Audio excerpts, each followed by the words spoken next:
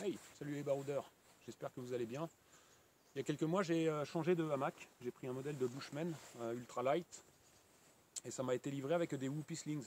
C'est ces espèces de ficelles en dynéma. Alors là, c'est ficelles en dynéma. Les Whoopee Slings, je ne les ai pas prises avec moi.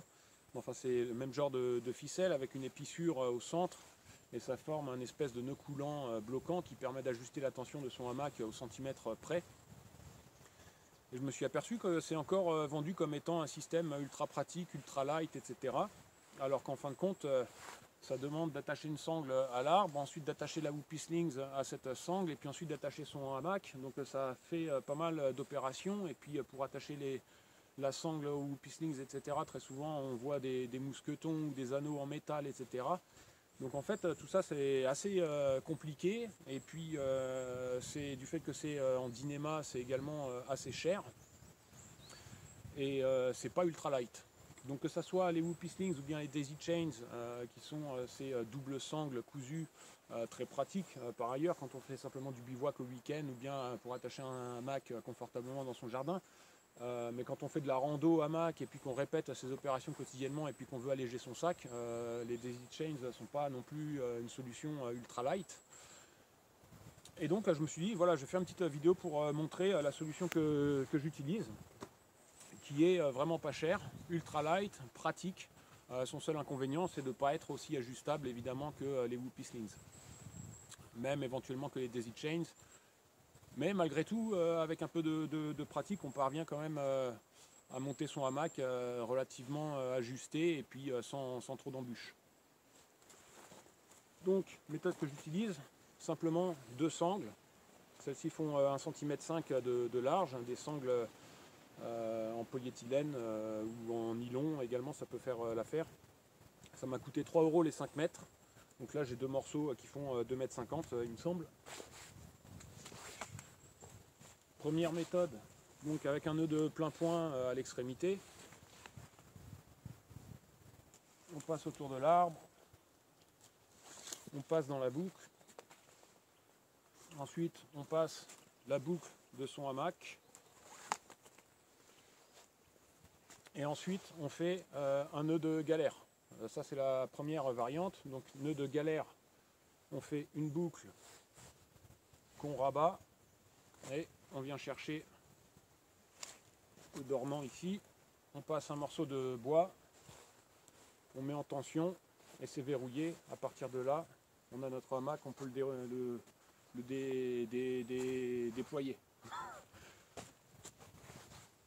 Donc ça c'est, voilà. Après on peut l'ajuster un peu, mais c'est pas très ajustable. Donc l'autre variante, exactement la même technique, c'est plutôt que faire un nœud de galère, faire un nœud de tête d'alouette. Donc un nœud de tête d'alouette, on peut appeler ça un demi-nœud de prussique aussi, le nœud de prussique étant un double nœud de tête d'alouette.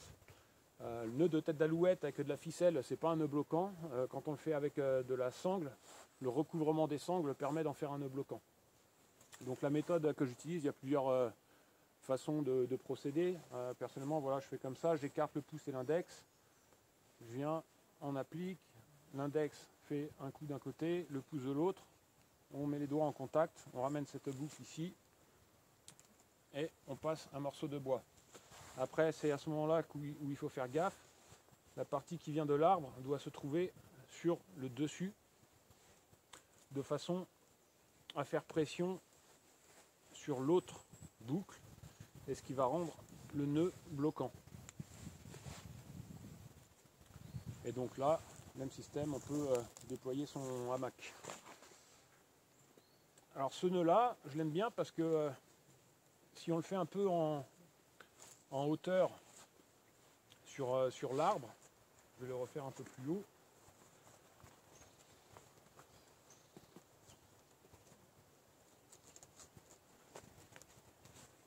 Hop, vous voyez que c'est quand même relativement rapide à faire.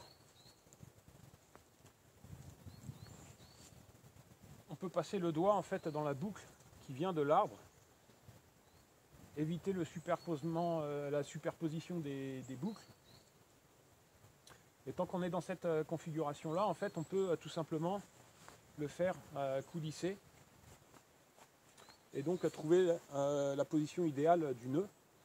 La méthode étant que de la même façon que pour le tarp, je sais par exemple que mon tarp 3 mètres par 3 mètres, il me faut au moins 10 pieds d'un arbre à l'autre pour pouvoir le tendre, et puis à 10 pieds il va arriver juste vraiment à fleur de l'arbre. J'ai un autre modèle de tarp, je sais qu'il me faut 12 pieds.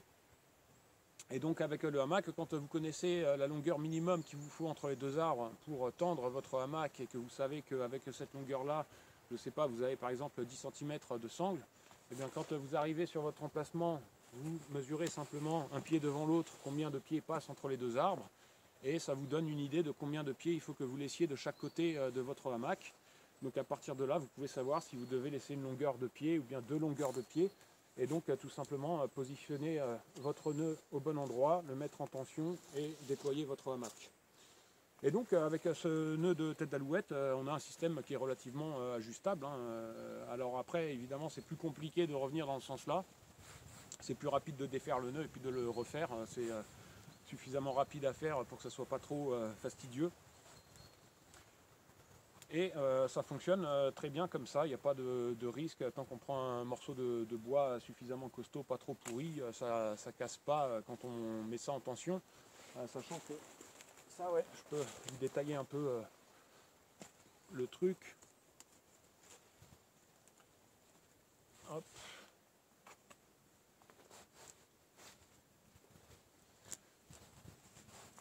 Quand on le met en tension, en fait la boucle du hamac vient tirer sur la sangle et pas sur le morceau de bois. C'est pas comme si la boucle du hamac venait enserrer le morceau de bois de chaque côté et donc risquer de le casser en créant un porte-à-faux avec la sangle. Notre poids en fait est distribué directement sur la sangle, et puis le morceau de bois sert simplement de clé, et donc il est enserré, mais il n'y a pas un porte-à-faux qui risque de le casser dessus. Donc même avec parfois des morceaux de bois un peu, voilà, qui ont l'air un peu limite, en fait, ça fonctionne très bien.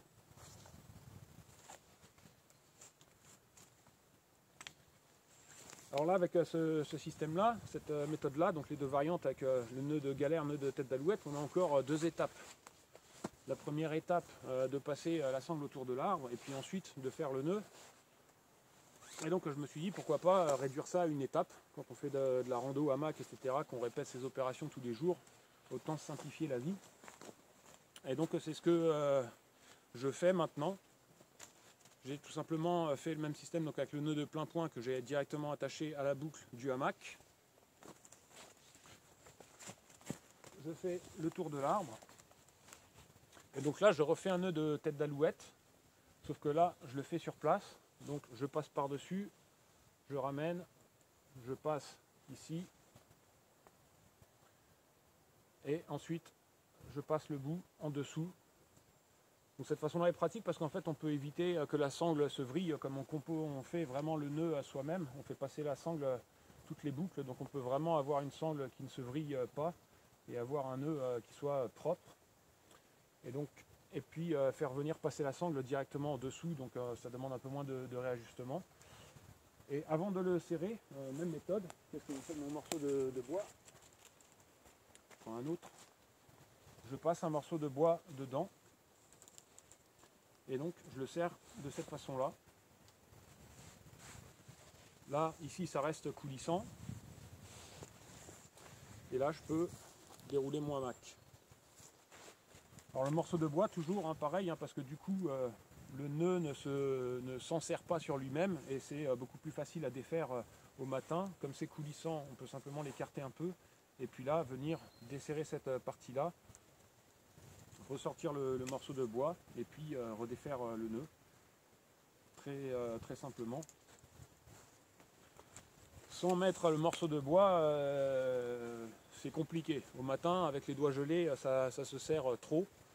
Avec le morceau de bois, il n'y a aucun souci, quoi. Donc voilà comment je procède dorénavant, moi, pour attacher mon hamac en une seule étape, simple. Et puis quand on connaît les dimensions du hamac et puis les dimensions entre les deux arbres, on arrive à positionner son hamac relativement bien pour dormir confortable, et puis que ce ne soit pas une opération fastidieuse de réajuster, refaire le nœud, et puis aller de l'autre côté, refaire le nœud, et ainsi de suite. On y arrive du premier coup, quoi. Je fais mon nœud ici, comme j'ai déjà évalué la distance, et puis je vais de l'autre côté, je fais mon nœud de l'autre côté, et puis c'est réglé, quoi. Voilà, et puis donc solution ouais, ultra light, ultra pas cher, et puis voilà, donc j'espère que ça vous rendra service et puis que ça vous sera utile. Et je vous dis à une prochaine vidéo. Ciao.